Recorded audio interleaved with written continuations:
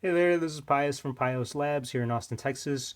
I just wanted to talk about something in my book, Engineer's Guide to Improv and Art Games.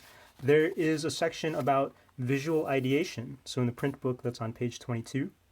And all that's referring to is creating ideas for engineering solutions graphically or visually, not just verbally and not just with words. So for example, a little while ago, I had a friend and I were talking about a problem that he was having. He was having a whole bunch of these birds um, flying around his house every season, and this is a problem all over Austin, Texas, by the way.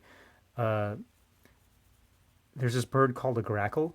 It looks kind of like a crow, and they always land on tree branches, and they mess up the cars underneath because they leave their droppings everywhere. And imagine this like times 1,000 or whatever, 10,000. And this is a problem because you don't want to clean your car underneath all the time.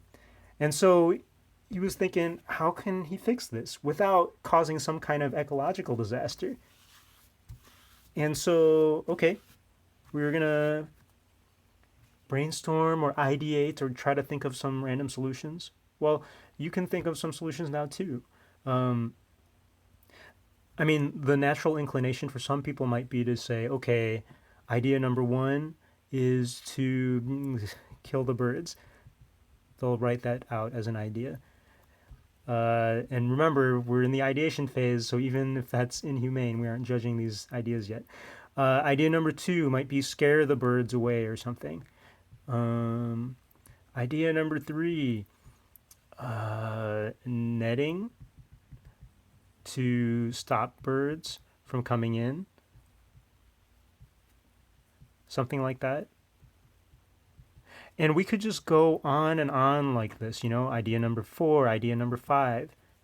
But the pattern here that you can already see is I'm writing all my ideas. That's great. It really is. And when I'm brainstorming with someone and doing this and documenting it, this might inspire other people to get other ideas. But research has shown that the ideas that a group gets just by writing all of these possible solutions out might be a little different from if you started drawing some of these ideas out. So instead of just writing out all these ideas, you might try drawing out some of these ideas. So there's one idea that we actually came up with related to scaring the birds of, well, maybe we could just put like a scarecrow or something in this tree. So you might just sketch out a tree, this is my tree. And inside is this really scary thing that birds are afraid of, which in this case is going to be my scary cat, you know, and it's really scary and all the birds will fly away. That's idea 6, let's just say.